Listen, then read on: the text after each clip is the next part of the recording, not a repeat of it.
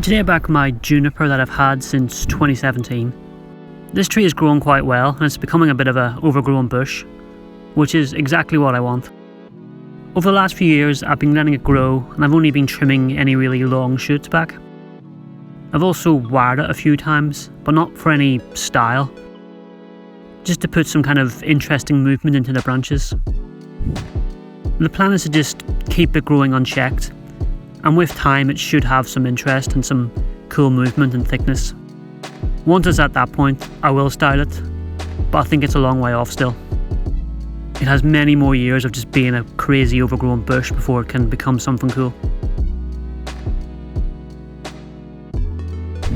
Last October it had stopped growing, not that you can see anything. I absolutely hate the low direct sun that we get here. It makes the filament outside an absolute nightmare. But anyway, there's nothing going on in December. It's an evergreen, so it just kind of looks the same. You can see that some areas have grown well last season. This tree is pretty healthy and I'm happy with its progress so far.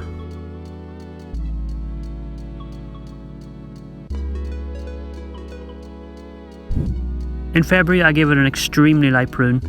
I just removed any really strong tips, but there wasn't even that many. But I thought it was best just to remove them and try and focus the energy back down into the branches so I can make it even more bushier.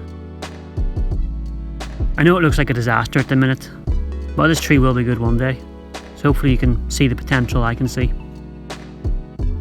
This is the danger of working with a juniper that has needle-like foliage. You get constantly pricked and it actually really hurts.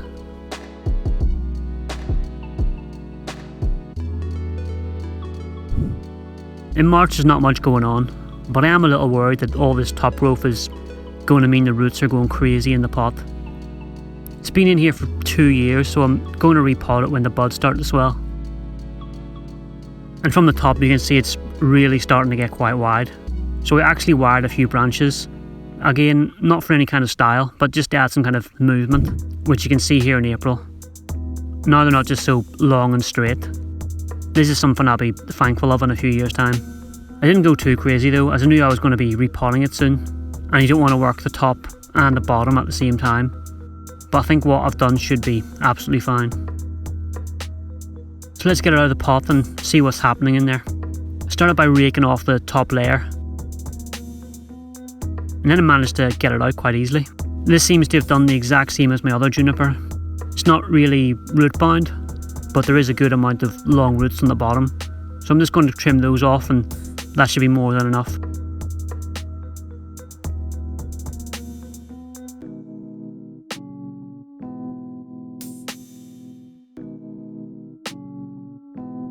I just untangled everything on the bottom and then started hacking it back, but it's quite a gentle hack to be honest.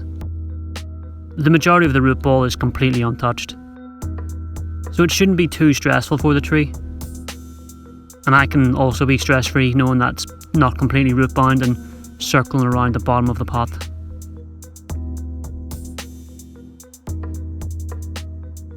Doing this is actually a pretty easy method for dealing with the roots, and it's great for trees like this that are a little more sensitive. Should keep it happy for a little while longer.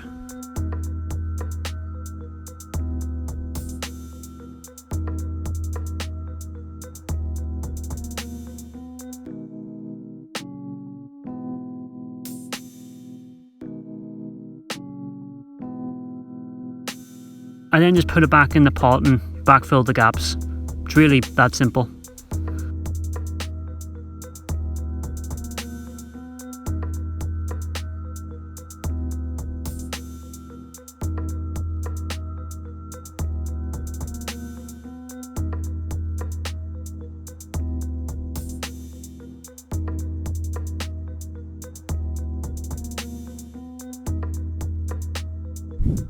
And here we are now.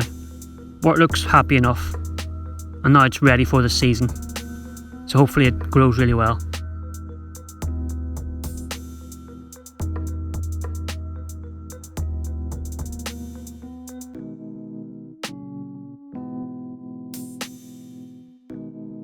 Thanks for watching, see you next time.